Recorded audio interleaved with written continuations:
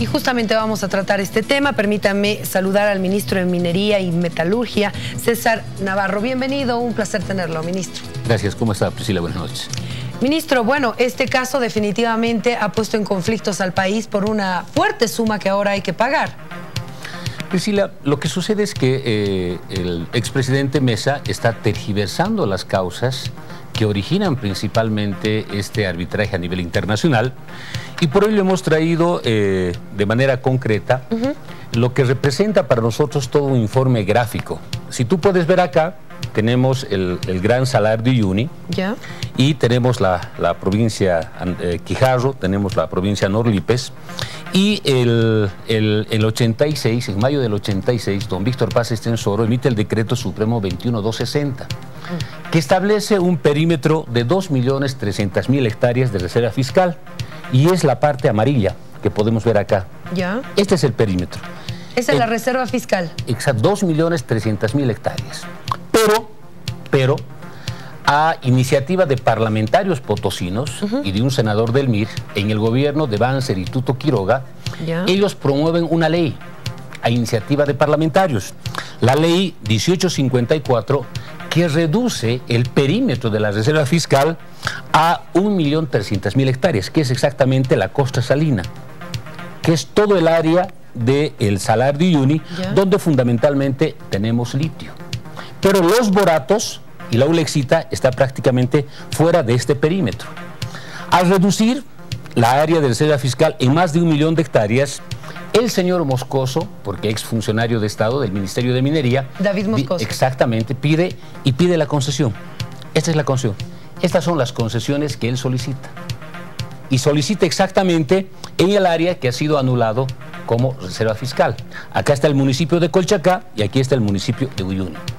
Esta actitud ha generado una movilización muy grande de los potosinos, y los potosinos se han movilizado a través del Comité Cívico Potosinista, nos hemos movilizado con la Federación Regional Única de Trabajadores Campesinos del Altiplano Sur, y producto de este hecho es que se dicta la ley 2564 en diciembre del 2003, a 2 meses de que Carlos Mesa era presidente de la República, después de la huida y renuncia de Sánchez Lozada. Y se amplía el perímetro de la reserva fiscal a 2.190.000 hectáreas, que es la línea roja. Entonces, por lo tanto, los potosinos, producto de esta movilización, es que logramos ampliar la reserva fiscal. Y ya esta concesión estaba dentro de la reserva Exactamente. Fiscal. Ahora, esta ley ha sido impulsada y promovida por la Brigada Parlamentaria Potosina. Es más, existe incluso una opinión negativa del entonces ministro de Minería e Hidrocarburos, el señor Álvaro Ríos, que le dice que este proyecto de ley no debe ir. Le está diciendo eso Álvaro Ríos a su presidente Carlos Mesa. Pero este proyecto de ley ha sido firmada y presentada por todos los parlamentarios de la Brigada Parlamentaria. Acá están diputados del MNR, del MIR, del Movimiento al Socialismo, etcétera, porque eso constituye una demanda de carácter departamental. Esta ley está ampliando el perímetro de la reserva fiscal, pero le está diciendo al presidente Mesa, y le está otorgando, porque es importante ver las fechas, el 9 de diciembre se promulga la ley 2564, y le está diciendo, señor presidente, usted tiene que hacer auditorías, auditoría técnica, auditoría legal, financiera, regalitaria, sociolaboral, ecológica, ambiental, etc. ¿Cuál es el objetivo? En ese momento, el Código de Minería establecía la figura de la caducidad y la nulidad para revertir las titularías de las áreas. Y la caducidad se daba principalmente porque no cumplías con tu patente minera. Pero la nulidad, cuando no cumplías con tus propias obligaciones que establece la norma, el tema ambiental, tu licencia y tu ficha ambiental, cumplir con tus obligaciones económicas, sociales, con los trabajadores, pero paralelamente pagar el porcentaje que corresponde como regalía minera. Entonces, la ley concibe que existen derechos preconstituidos, producto de la ley de Balda del 98, y le dice a Carlos Mesa, tienes 60 días para que hagas las auditorías técnicas, jurídicas, ambientales, y a partir de este hecho se toma la decisión o no de hacer la reversión a propiedad del Estado boliviano bajo la figura de la nulidad, no de la ya cantidad. una norma establecía cuál era el procedimiento que se debía cumplir para recuperar estas concesiones. Exactamente. Ese es un paso muy importante que dimos. Esta es la ley 2564. 64, que se dicta el 9 de diciembre del 2003 y los 60 días, Priscila, terminaba el 9 de febrero del 2004. Pero el señor Carlos Mesa emite el decreto supremo 27326 el 27 de enero del 2004. A 13 días que termina el plazo fatal de las auditorías, donde instruye la auditoría técnica, ecológica, sociolaboral, etcétera, al Ministerio de Minería y Hidrocarburos, al Ministerio de Desarrollo Sostenible, al Ministerio de Trabajo, a Impuestos, a la Prefectura, a la Aduana, etcétera. Faltando 13 días, recién Carlos Mesa instruye el desarrollo de las auditorías. Y no existe un solo informe, aunque en la parte considerativa del decreto de Carlos Mesa dice, habiéndose encontrado, pero no hace referencia a ningún tipo de auditorías que den lugar a la decisión jurídica que tome el Estado boliviano para revertir esas áreas bajo la figura jurídica de la nulidad. Ese es un elemento importante. Ahora bien, el movimiento cívico potosino en su momento, el 2004, ya en febrero, en marzo se moviliza, en abril se moviliza, en mayo se moviliza, exigiendo a Carlos Mesa el cumplimiento de la misma ley. Y Carlos Mesa, el 23 de junio del 2004, emite el decreto supremo 27589, y por eso es importante ver este elemento, Priscila. Y el decreto supremo 27589 lo que hace es revocar las áreas de la empresa Nometalic y Kiborax a la titularía de la prefectura del departamento de Potosí. Pero acá es importante marcar el siguiente elemento. Él incorpora la figura jurídica del revocatorio, revocar. Que no existía. Exactamente. En la economía jurídica minera en ese momento no existía la figura jurídica de la revocación de la titularía. Solo había caducidad y nulidad. Exactamente. Entonces, este elemento es muy importante tomar en cuenta porque este concepto y esta idea de la revocatoria es utilizada como uno de los argumentos centrales y fundamentales, porque por un lado el pueblo potosino, la movilización cívica campesina, le dice al presidente Mesa, esta es la ley, aplica este procedimiento, y no simplemente podía revertir las áreas, sino también iniciar procesos incluso penales contra aquellos que estaban explotando sin cumplir las normas y los requisitos en materia de explotación minera, ambiental y laboral. Pero Carlos Mesa toma esta decisión política con un muy mal asesoramiento de carácter jurídico. Porque si Carlos Mesa decidía revertir en función a las auditorías que hubiesen desarrollado los ministerios, tenía los informes que justificaban la reversión. De hecho, el mismo SEADI habla de un mal procedimiento en quitarles ese derecho. Pero además, no lo decimos nosotros solo ese elemento, y ahí es importante marcar este hecho. Acá tenemos el decreto supremo 28527, que es de diciembre del 2005 del expresidente Rodríguez Belcé. Tiene un artículo único donde dice, se abroga el decreto supremo 27589. Está abrogando el decreto supremo de Carlos Mesa de junio del 2004. Pero ¿cuál es el fundamento jurídico de la abrogación de este decreto? Dice acá que la mencionada norma adolece de deficiencias jurídicas insubsanables en virtud a que el Código de Minería en ninguna de sus disposiciones legales establece la revocatoria de las concesiones mineras. Es decir, el presidente que sustituye a Carlos Mesa, Rodríguez Belcé, él en diciembre del 2005 emite un nuevo decreto supremo donde está abrogando el decreto supremo de Carlos Mesa y le dice que utilizas figuras jurídicas inexistentes en la economía jurídica de nuestro país. Entonces, no es que nosotros criticamos la decisión política de Carlos, nos pareció un hecho político muy importante, y de hecho los potosinos en el departamento, fundamentalmente en la capital y en el sudoeste, aplaudimos la decisión política porque había huelgas, había bloqueos, había una movilización de la Federación Regional Única de Trabajadores del Altiplano Sur, del Comité Cívico Potosinista. O sea, hubo una respuesta positiva a la demanda del departamento. Exactamente. Pero el procedimiento no fue el correcto. Exactamente. ¿Y por qué cree que se dio eso, ministro? Mira, no sé, pues hicieron pisar con el tiempo y con el decreto supremo trataron de subsanar esto. Yo creo Porque que... a falta, en 13 días no haces una auditoría como establece la norma, como dice que se había promulgado. Mira, en esa época, el 2003, hubo una movilización y un despliegue de trabajadores del sudoeste potosino a Potosí, y ellos demostraron, incluso con fotografías, cómo se estaba sacando el bórax en volquetas. De manera sin ningún tipo de control y eludiendo cualquier tipo de fiscalización. Segundo, no se estaban cumpliendo con las obligaciones laborales. Pero además había una depredación ambiental. Entonces existían los argumentos, y para impedir que podamos violentar la economía jurídica, aprobamos una ley, y te reitero, es a petición de la Brigada Parlamentaria Potosina. Firman senadores y diputados del MNR, del MIR, del Movimiento al Socialismo, etc. Entonces, le están diciendo a Carlos Mesa, vas a recuperar, pero cumplí este procedimiento.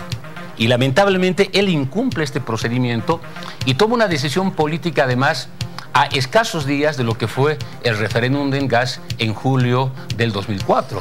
Ahora, si este fue un pedido de la Brigada Parlamentaria Potosina, y se da a conocer este decreto supremo cuando se revierte y se hace todo este procedimiento que, según este organismo internacional, es erróneo, ¿por qué la brigada no dijo nada? ¿Por qué la brigada no dijo, un ratito, está mal el procedimiento, no los van a observar? ¿O solo festejaron el hecho de la reversión? No.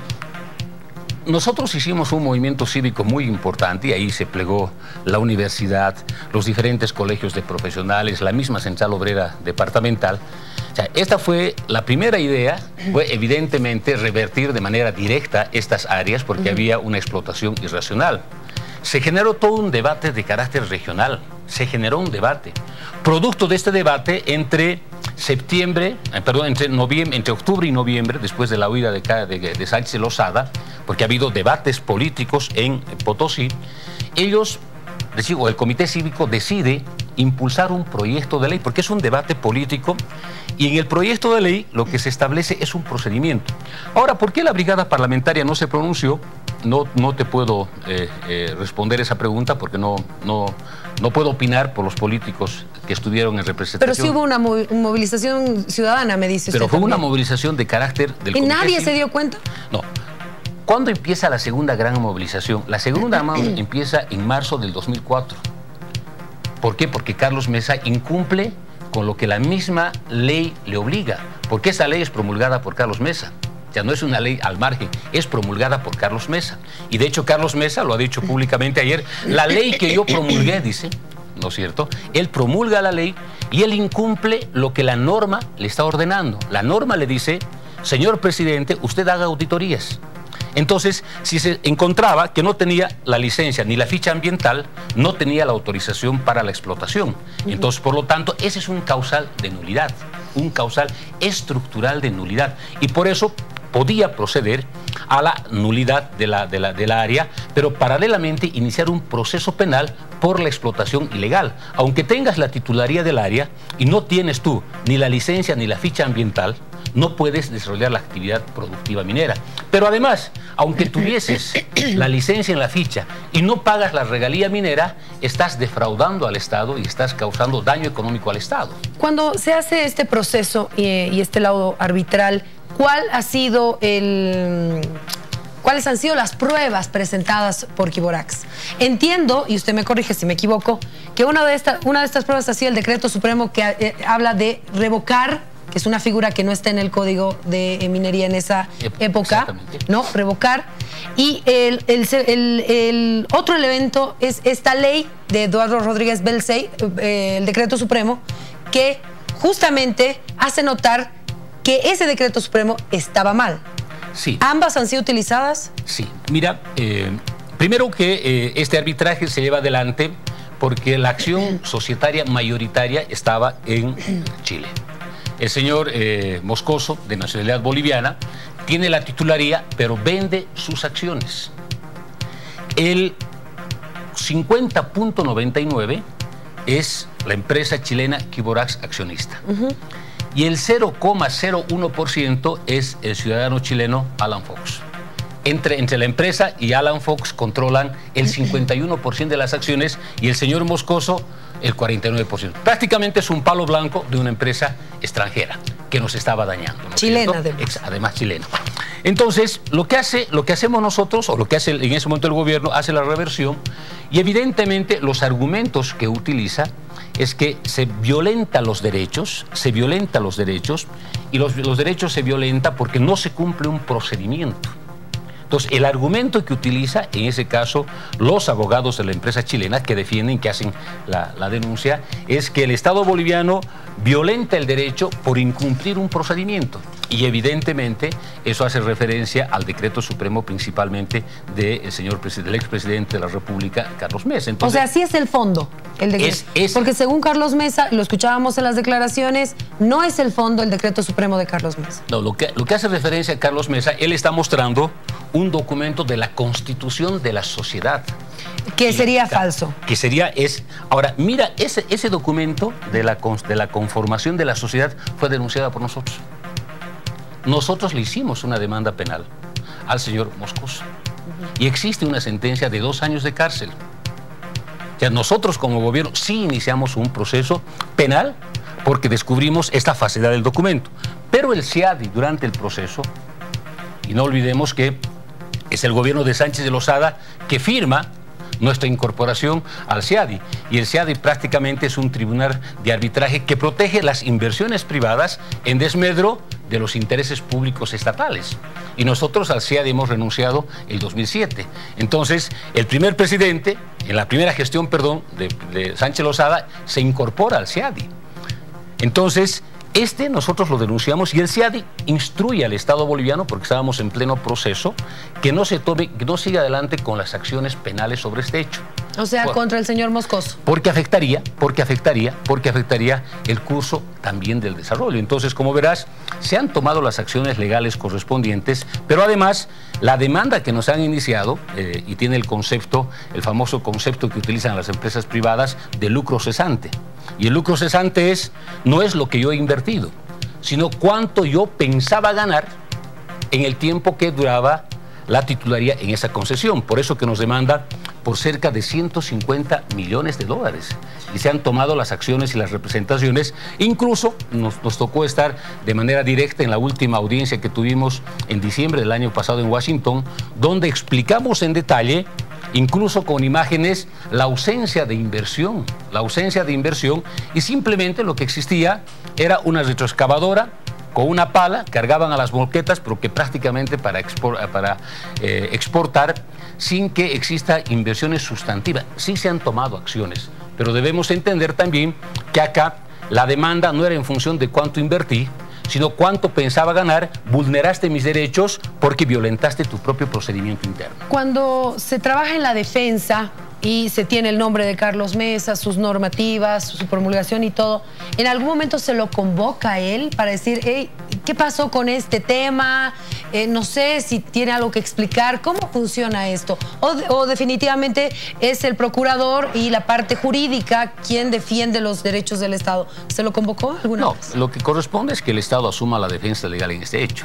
Y para eso inicialmente teníamos el Ministerio de Defensa Legal del Estado, luego constituimos la Procuraduría porque establece la Constitución Política del Estado, y la Procuraduría, a la cabeza inicialmente de Hugo Montero en su momento, toma las acciones legales para la defensa. Y de hecho se tuvo que contratar a un consorcio de abogados, un consorcio Frances Decker, la que hace la defensa y la representación en representación del Estado, valga la redundancia, para defender nuestros intereses. ¿Y no hubiera sido positivo, no sé, convocar al expresidente, a su equipo jurídico de ese entonces, a los ministros, para también, no sé, pues coadyuvar en una buena defensa, es decir, explicar, bueno, el decreto lo sacamos por estas razones, tal vez, no sé?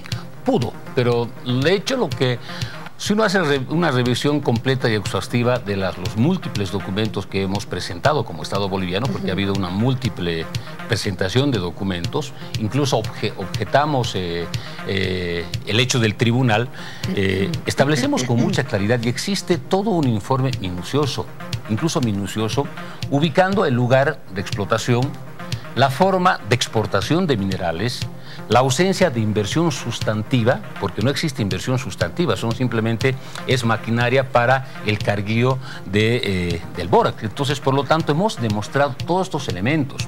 Es más, lo que en la defensa del Estado boliviano demostramos en los hechos cómo se va vulnerando nuestra propia soberanía y cómo se va incumpliendo la misma normativa. Es decir, ha habido una defensa muy importante, porque si no hubiese habido la defensa y la fundamentación que nosotros hemos presentado, la sentencia del laudo pudo haber sido no de 48 millones de dólares, sino pudo haber sido de 80, de 90, de 100 o de los 150 millones de dólares. O sea, la buena defensa, usted me dice, del Estado boliviano ha bajado el monto del dinero que se les tenía que pagar. Sí, hemos hecho una buena representación. Hemos hecho una buena representación. Carlos Mesa dice que no.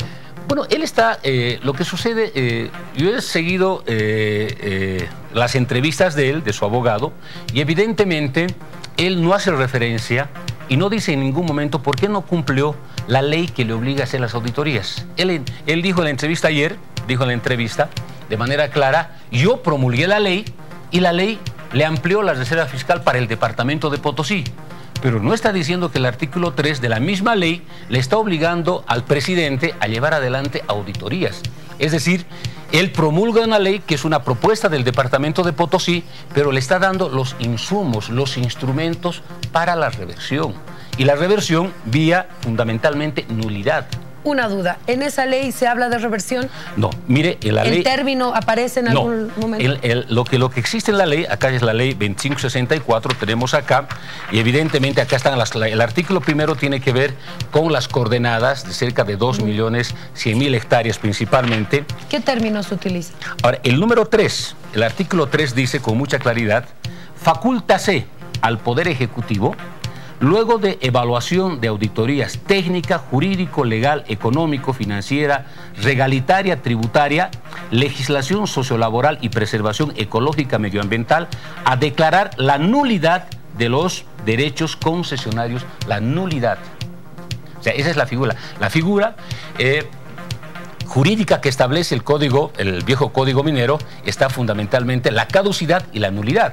Y la nulidad, te vuelvo a reiterar, tiene que ver cuando se incumple con las obligaciones que tiene la empresa en el mismo proceso de explotación. Dice, nulidad de los derechos concesionarios mineros que sean pasibles a sanciones establecidas por las leyes y disposiciones vigentes en un plazo perentorio de 60 días, a computar a partir de la promulgación de la presente ley, con la consiguiente recuperación de tales concesiones y recursos no metálicos a propiedad originaria del Estado. Si la figura jurídica que establece la ley es la nulidad, no o sea, no estás revocando la titularía. Pero para llegar a aplicar esa figura jurídica de la nulidad se cumple un procedimiento y nosotros como Estado tenemos que demostrar que no está cumpliendo con sus obligaciones. De hecho, en este momento, con la ley de reversión, nosotros hemos revertido más de 450 áreas en todo el país, porque hemos hecho verificación e incluso hemos demostrado que no cumple con la función económica social. El mayor ejemplo que te pongo, el tema de la mina de Amaya Pampa en la provincia de Bustillos del departamento de Potosí. Estaba con una empresa y un consorcio que tenía capitales incluso hindús. Pudimos verificar que no estaba cumpliendo con sus obligaciones económicas con los trabajadores, y me refiero en diciembre del 2014 y enero del 2015, no estaba cumpliendo con salarios, no pagó el aguinaldo, ni el segundo aguinaldo. Entonces, conjuntamente el Ministerio de Trabajo, hicimos la inspección en las oficinas y la empresa abandonó nuestro país. Y nosotros hicimos, porque la norma establece, la verificación del cumplimiento de inversiones. Y el Viceministerio de Política Minera estableció que la empresa no estaba desarrollando inversiones productivas. Producto de ese hecho es que revertimos a la titularía del Estado boliviano las concesiones de la mina aurífera o del yacimiento aurífero de Amaya Pampa, sin que tengamos ninguna demanda legal de una empresa transnacional. Entonces, por lo tanto, si tú cumples la norma en función a un procedimiento, no tienes por qué tener problemas. En este caso, lo que hizo Carlos Mesa es crear una figura de revocar esas áreas, pero además no cumple un procedimiento. Por lo tanto, son los argumentos centrales que establece en la demanda que nos hace la empresa. Con este caso y el caso de Odebrecht y esta investigación que se está haciendo, ¿no se está buscando anular a Carlos Mesa como posible candidato, como lo muestran algunas encuestas? Mire, esta es una opinión muy personal, muy personal. Yo creo que un hipotético caso de que el señor Carlos Mesa fuera candidato a presidente, los mayores preocupados, los que tienen que preocuparse mayor, son los de la oposición, que son eternos candidatos, porque una aparente candidatura de Carlos Mesa estaría inhabilitando a los otros candidatos a que fueran candidatos a la presidencia. Entonces, para nosotros no es un problema. El señor Carlos Mesa tiene todo el derecho legítimo de ser candidato o no ser candidato, y quien define quién es presidente no es el que es candidato, sino la aceptación del pueblo boliviano. Por lo tanto, no tenemos ninguna nosotros intención de inhabilitar, perjudicar, dañar la imagen del presidente. Además, el vocero en la causa marítima, y él es vocero en la causa marítima por una decisión política que toma el presidente, es decir, de iniciar una demanda ante los tribunales internacionales, y el presidente Evo lo que hace es convocar a los expresidentes de la República y les dice: tomemos la decisión de mostrar al mundo lo que somos como bolivianos y nuestro justo derecho de las salidas a las costas del Pacífico. ¿Cómo puede afectar esto a la imagen del vocero, de que el Estado está procesando al vocero? ¿Cómo podría esto tomarlo Chile, por ejemplo? Porque sí ya hubo titulares de esa naturaleza. Lo que pasa es que se busca... Claro, se busca construir una imagen mediática que tenga un efecto político en el ideal colectivo de la sociedad boliviana y en este caso también en la sociedad chilena, ¿no? Entonces, se busca construir imágenes, pero en el caso nuestro no tiene de ninguna manera esta finalidad, y no olvidemos que nosotros tomamos esta decisión fundamentalmente en función de la información que dispone principalmente la Procuraduría General del Estado, porque es la Procuraduría la que hace la denuncia al Ministerio Público en función de una evaluación y el nivel de responsabilidad. Ahora, ¿quién tiene que evaluar la denuncia? Es el Ministerio Público, ¿no es cierto? Nosotros hemos presentado la demanda con la Procuraduría y será el Ministerio Público quien haga la evaluación de la denuncia que ha presentado. ¿Hasta cuándo tiene tiempo? Los tiempos no lo tengo en este momento, Priscila, pero de hecho son ellos los que tienen que hacer la propia evaluación, y creo que en estos temas principalmente tiene que haber una aclaración más que una defensa con un ataque completamente injusto e innecesario. Entonces, acá estamos hablando de los intereses del Estado, y yo vuelvo a reiterar lo que dijo nuestro vicepresidente hoy en la conferencia de prensa. El hecho político de que haya tomado la decisión de recuperar esas áreas es un hecho político que lo aplaudimos y lo valoramos de manera positiva. Lo negativo fue que parlamentarios de la derecha en su momento, por intereses mezquinos y siendo parlamentarios potosinos, presentaron una ley que nos ha afectado de manera sustantiva en el interés a los potosinos y a los bolivianos, y lamentablemente cuando se decidió recuperar estas áreas incumplimos un procedimiento que nuestra misma economía jurídica nos estaba proponiendo. Entonces, si hubiese cumplido el tiempo, yo creo que estamos en otro escenario en este momento. De hecho, yo te vuelvo a explicar, todas las áreas que hemos revertido nosotros en este momento, y son áreas fiscales y luego van a ser declaradas áreas libres, están cumpliendo un procedimiento. Y ese procedimiento incluso está vinculado a la publicación en un medio de circulación nacional de las inspecciones públicas, donde se invita incluso al titular para que pueda demostrar si existe o no existe actividad minera principalmente. Bueno, yo quiero agradecerle, ministro, por haber estado con nosotros y, bueno, contarles, amigos, también que hemos invitado en varias oportunidades al expresidente Carlos Mesa para que nos pueda acompañar él en persona y podamos conocer detalles de justamente toda esta información. Así que una vez más hacemos la invitación ahora pública para que nos pueda acompañar en base también a los datos que acabamos de conocer. Ministro, muchísimas gracias. A ti las gracias, Priscila. Buenas noches. Gracias, buenas noches. Momento de conocer los goles del Mundial. Ya estamos a poquito de Rusia 2018.